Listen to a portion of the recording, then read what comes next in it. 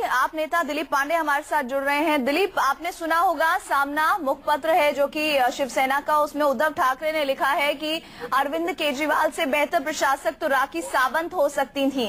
और जिस तरह से शुरुआती दौर में किसी आइटम गर्ल को काम नहीं मिलता और मिलता है तो वो जिस तरह के रिएक्शन देती है, अरविंद केजरीवाल भी वैसा ही कर रहे हैं और अराजकता फैला रहे हैं। इस पर आपकी पहली प्रतिक्रिया? देखिए, हमारा ये मानना है कि जिस तरह से आम आदमी पार्टी का प्रसार पूरे देश में हो रहा है, जिस तरह से उत्थान हो रहा है आम आदमी पार्टी का और लाखों की संख्या में लोग जुड़ रहे हैं आम आदमी पार्टी से, इसने पैरों के नीचे से जमीन खींच ली है स्थापित राजनीतिक दलों के। और इस कारण वो अवसादग्रस्त होकर ऐसी भाषा का प्रयोग कर रहे हैं। अगर पॉजिटिव और पीपल सेंट्रिक पॉलिटिक्स करनी है तो आपकी भाषा में आपकी राजनीतिक सोच झलकनी चाहिए। ऐसा नहीं होना चाहिए कि आपका अवसाद कम से कम आपकी भाषा से परिलक्षित होने लगे। अगर ऐसा होता है तो ये माना जाता है फिर राजनीति में कि आप मान रहे हैं बिना लड़े कि आप हार चुके हैं।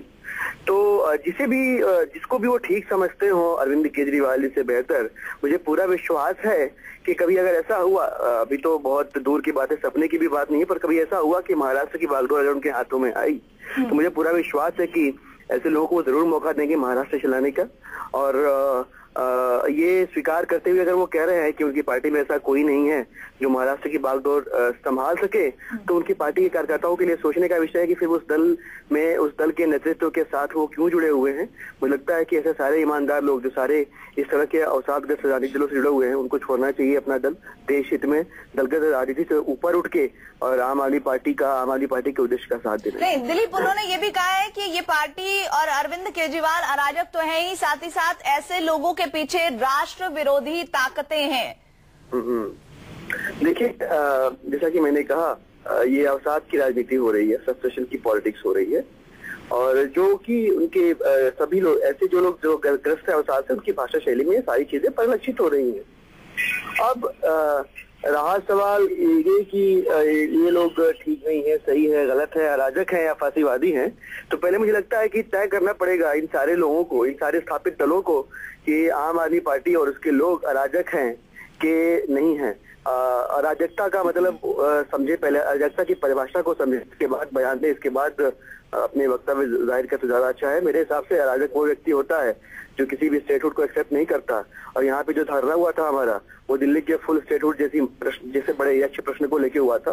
तो ये अपने आप में सिर्फ अगर शब्द है उनके लिए तो ठीक है, सोचे और तब बोले। दिलीप, आप कह रहे हैं कि उन्हें अराजकता का सही अर्थ नहीं पता, लेकिन कम से कम चूंकि वो मराठी हैं और उन्होंने येड़ा शब्द का इस्तेमाल किया है अरविंद केजरीवाल का, और इस शब्द का मतलब वो भलीभांति जानते होंगे। अभी तक गृह मंत्री ने किया था इस शब्द का इस्तेमाल अरविंद केजरीवाल के लिए, अब अगला पड़ाव बढ़ चुका है, उद्धव ठाकरे ने भी अरविंद केजरीवाल को येड़ा कह दिया है। कोई बात नहीं, वैसे पूरा देश जानता है कि जिस तरह की अराजकता भारतीय जनता पार्टी, कांग्रेस पार्टी, शिवसेना या और भी दल फैलाते रहे हैं, अलग अलग बहानों से सड़क बंद कर देना, दुकानें बंद करवा देना, तोड़फोड़ मचाना, आगजनी करना, अगर ये उनको लगता है कि यह शांतिपूर्ण प्रदर्शन होता है तो उनकी सोच उनको मुबारक। और उनके कहने और करने से हमें फर्क नहीं पड़ता। दिल्ली की जनता बेहतरीन जानती है कि कौन ठीक है, कौन गलत है। देश भी देख रहा है कौन सही है, कौन गलत है। उस विमर्श में पढ़ने की बजाय हमें धनात्मक तरीके से आगे बढ़ने की आवश्यकता है। लेकिन आपके नेता की, अरविंद केजरीवाल की तुलना राखी सावंत से की गई है दिलीप।